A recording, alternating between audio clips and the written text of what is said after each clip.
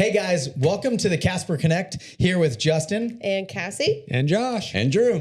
So we had the pleasure of seeing you guys in person last week in the field visits, but we don't always have that opportunity. So hopefully this program, this podcast gives the opportunity to kind of bridge the field and the office a little bit. And what we're going to be talking about today is our mission statement. Mm-hmm. So our current mission statement, actually our previous mission statement was much longer, and I'm not going to try to say it. Cassie's always been the one that I forced to do that.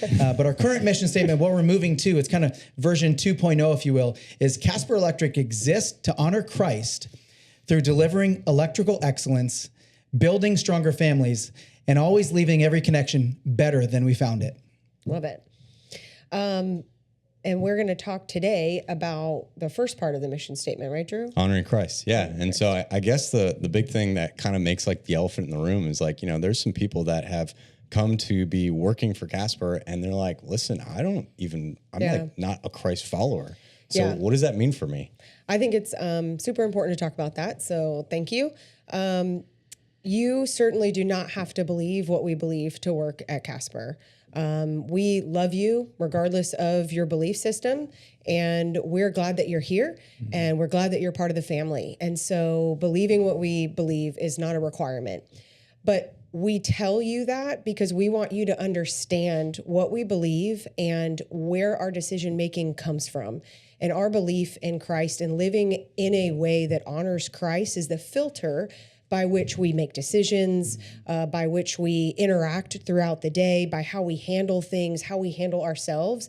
And so it's just the lens in which we see things through. And so not only do we want you to know that for, transparency, so you know the kind of company that you're getting involved in, but also it's a level of accountability that you as our team members can hold us accountable to, customers, vendors. We want anybody who interacts with us to hold us accountable to the standard that we're trying to set. And so as you start saying that, I'm thinking there's a lot of people that may not say that they believe, but they already exude some of the things. For sure. Like your character, what got you hired here and still working here. Absolutely. In many ways, even if you don't believe, it is Christ-like. And so I think of like, what does that look like? And Josh, I think you understand this best because you're such a guy that just loves the idea of the fruits. Mm-hmm. What are some of those? Yeah, so this is expressed in the book of Galatians.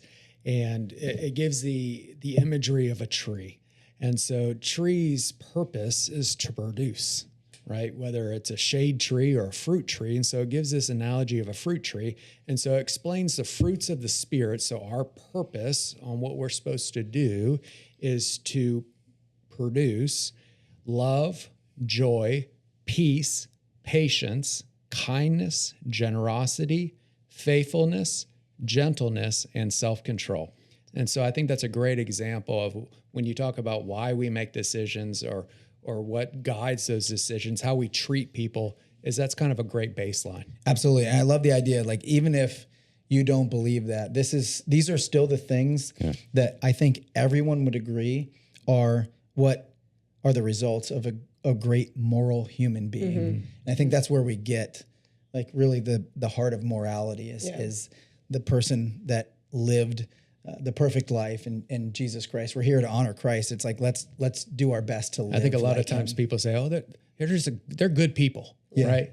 Which, and I think to your point, it's like we, in general, society forgets where good came from. Yes. Good came from God. Exactly. And so he set the standard. And so whether or not we, want to say it, that's the standard by which everyone thinks good is. Right. And so, or what right and wrong is. Yeah, exactly. And I really want to hammer this idea home of like, you talk about the thing that most people don't believe Jesus because they've seen a Christian, and we are very fallen people. Like we are sinners too. And so it's not the idea of perfection. When you say all those things, I don't do that every day. I don't do that multiple times a day. Talk to my wife, but it is what we're striving for. Yeah. That's what honoring Christ is it's a constant striving to live on mission. Do you guys have some maybe specific examples of what that looks like throughout like the field or the office or throughout like working at a company? What does honoring Christ look like in like a day-to-day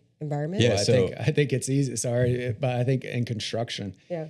boy, it's really hard to be patient sometimes. You know, we're dealing with immoral people. We're dealing with yelling people. We're dealing with dishonest people.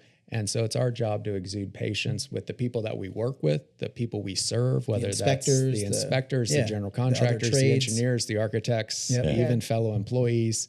And so I think patience is a great example of what. Now, I'll have a moment myself. I am not the most patient person all the time. But it's what we're trying to strive to be, to remind, oh, hold on, Josh, I need to be patient with this person. Yeah. And even if you get to the point where you lost your patience, I think a great way that we think about what Jesus would do and the way we can honor him is you can come back around and say, man, I screwed up. I am so sorry. Yeah. And really just kind of come from that point of view, Justin often talks about like the bracelet that was like rocking back in the 80s of what would Jesus do? And it's just having that moment to go like, I'm going to try to reflect on the fact of what would Jesus do and just kind of come from that place. And so whether it's I'm sorry I screwed up, or it's like, man, I really want to do better. I think those are the things that really lead us to that place of going, this is going to honor Christ. For sure. Yeah. For sure. I love it. It's a big goal, a big aspiration, but I think the people that we hire here, they're up to the challenge as a family. And that's another scenario of, honoring Christ is not just an individual thing. It is a family thing. It's we are trying to do this and represent ourselves and Jesus in the community as a community. And one thing to add to that is that part of being a Christ follower or having a business that honors Christ is recognizing, like we said, we are not perfect. We are not exuding these fruits every day. But what this allows you to do is to hold us accountable. Yeah. And to say, hey, Josh, you said you would exude this, you didn't, so I'm holding you accountable. And I would say, you know what, you're right. I'm so sorry about that. And please keep holding me accountable. Yeah. Awesome. And as we wrap that up, I really want to throw out one more thing, because I just want to say, for some of you guys that have said, yes, I want to work for Kasper Electric, but haven't made the thought of like what it looks like of like following Jesus, but you're choosing to like be with us. That's just a thank you, man. Like the fact that they choose to work for us and just trust us. Yeah. Thank you so much for that, guys. We really appreciate you, and it just means the world to us. Awesome. Love you guys. See you soon. Bye. Bye.